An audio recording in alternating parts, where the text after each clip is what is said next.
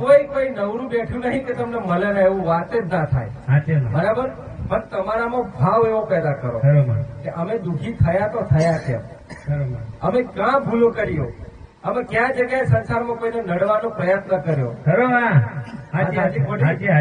ક્યાં જગ્યાએ ખોટી અમે નિંદા કરીને બેઠા, કોકની ખોટી ચર્ચા કરી, કોકની ખોટી વાતો કરી. આવું જરૂરી નહીં જવું સંસારમાં. પછી માતાજી એક ટાઈમે દીવો ભક્તિ હવન કરો છો, કોમ લાગે? કામ લાગે લાગે ખરું? ના લાગે ખરું? દાડે ભવન ભક્તિ કરીએ, રાત્રે આપણું કોમ કરીએ, લાગે ખરું? ના સચવા જ્યું બધું થયું તો નહીં. વાત સાચી ને? આપણે એટલા હેતથી ખર્ચા કરીએ છીએ તો એ ખર્ચા ઉઘવા જોઈએ. શું થવું જોઈએ? માતાજીના આપણે નિવેદ હવન કરીએ છીએ તો માં આપણને કંઈક તો ફૂલની ફૂલની પોકડી આવવા જોઈએ. પણ હાલે ચમ ના હાલે? જોયું? તે એક ટાઈમે મારી સેવા કરો છો, એક ટાઈમે મારી આરતી ઉતારો, એક ટાઈમે મારી ભક્તિ કરો છો, અને એક ટાઈમે તું ખોટું કરો છો. ન્યાય કયો? બોલ, ન્યાય કયો તને મારે હાલવાનો? તને ન્યાય કરવો કે તારે જોડે અન્યાય કરવો? સાચી વાત છે. સાચી ને? આ મગજમાંથી આટલું કાઢી નાખો. નાની વાત આટલું કાઢી નાખો. ખરી વાત છે. તમે ભૂલો કરો છો, મારી ગાડી પર આવો છો, અને છતાંય ઘેર જઈને પાછા ભૂલો કરશો. ખરું એટલે તમારી પર કૃપા નહીં થતી. ખરી વાત છે. અને તમે એક સિદ્ધાંતવાદી બની જાવ ને, એક ન્યાય નીતિ વાળા બની જાવ ને, તો મારે તો મહાકાળી વાળા છે ભાઈ, અમારે તો થાય એક લોલો મારી લો, પણ અમારે કશું થાય એમ નહીં. જાઓ, સિદ્ધાંતવાદી બની જાઓ. સાચી વાત છે.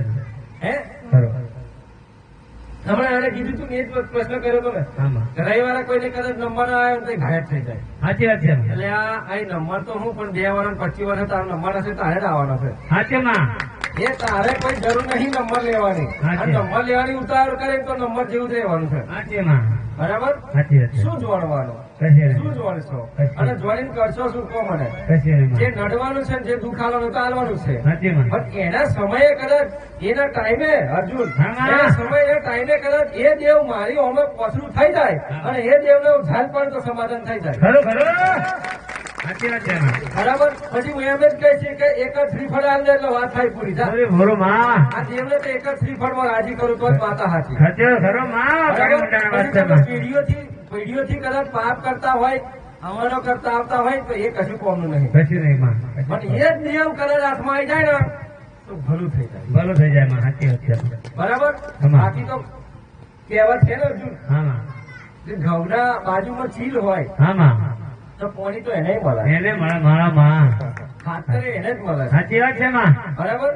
તો એક ટાઈમે ઘઉં કદાચ નેચો બેન ચીલ ઉપર આવે મારે હવે વાયેલું શું ખબર? ઘઉં.